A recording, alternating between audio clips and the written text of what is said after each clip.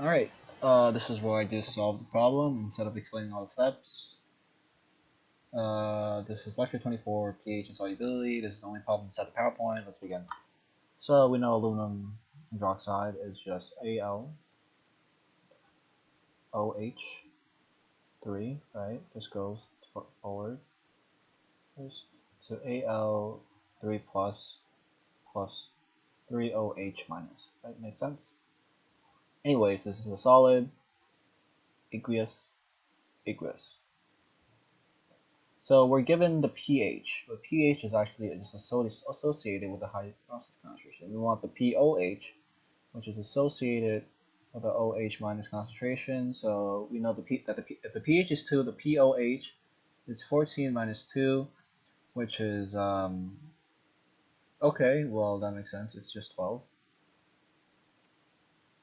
So find the concentration of the pOH, right? The concentration of OH is essentially 10 power of negative 12, which if I enter into my calculator, I don't have to enter in my calculator because that's just what it is.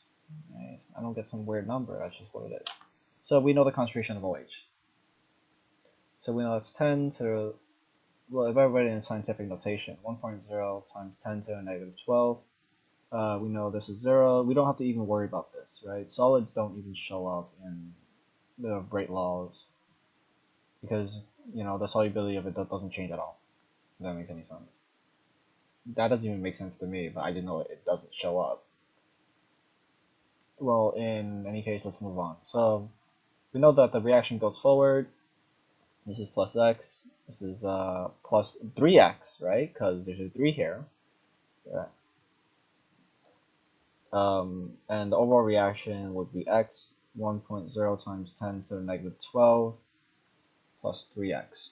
Okay, so the rate law is KSP is equal to products minus reactants, so we know the products is AL3 plus, the concentration of AL3 plus OH minus 3, right? Because there's a third here, it's raised to the third order, and the entire order is fourth order. And remember how I said that solids don't even show up in the rate law? You can just ignore that, right? Normally you have it divided by concentration of AL. You don't even have to worry about that. Anyways, let's just plug in the values, right? We know the value for KSP. KSP is 1.3 times 10 to the negative 33. We know the values for AL, which is just x, right? You just plug in x here.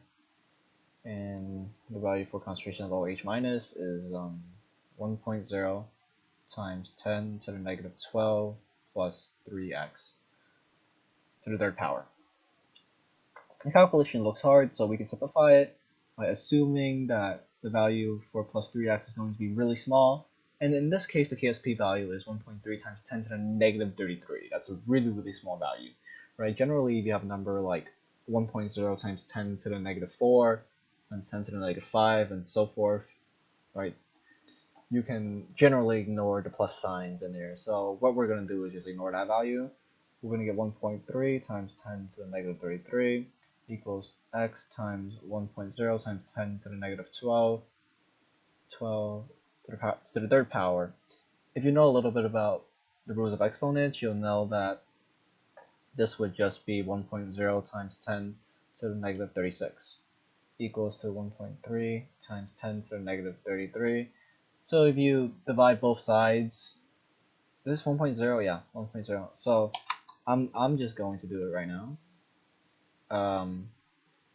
So you can divide both sides by 1.0 times 10 to the negative 36. This value cancels out. You're going to get x equals to this. If you enter into the calculator, 1.3 times 10 to the negative 33 divided by 0.0 times 10 to the negative 36, and you get an x value of 1300, right?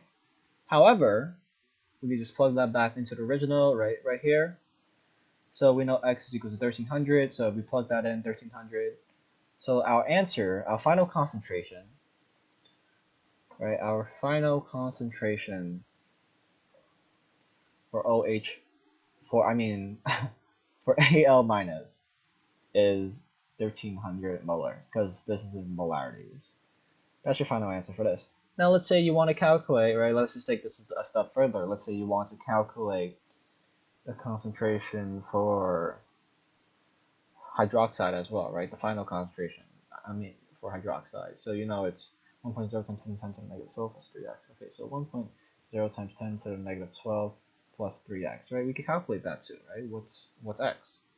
X is this big ass value right here, 1300. So we have 3 times 1300, you get 3900, right? We just plug in the x into here, plus 1.0 times 10 to the negative 12. And this would just be time plus 10 to the negative 12, my bad. Plus 1.0 times 10 to the negative 12. Oof.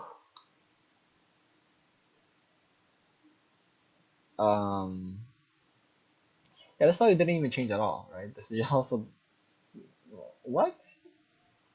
Hello? I'm so confused. Uh, well, alright, you know what? Just ignore this last part, right? We found the AL concentrations. That's all you have to worry about. You watch the video again or something.